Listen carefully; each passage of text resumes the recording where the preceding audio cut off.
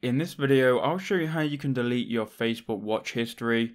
This is going to work for Android or iPhone, so here's what you need to do. So first open up the Facebook app, and then go to the three dots in the top right hand corner here, which is going to take you to your menu.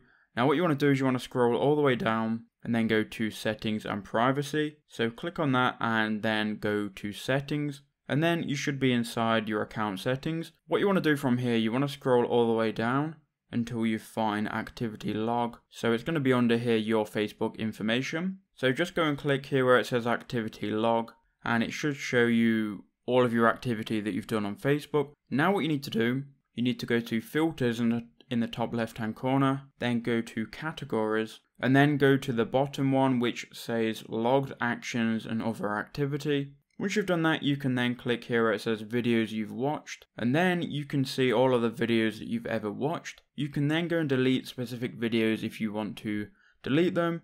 So click on the three dots next to a video and then click delete. And that is all you've got to do to delete your watch history.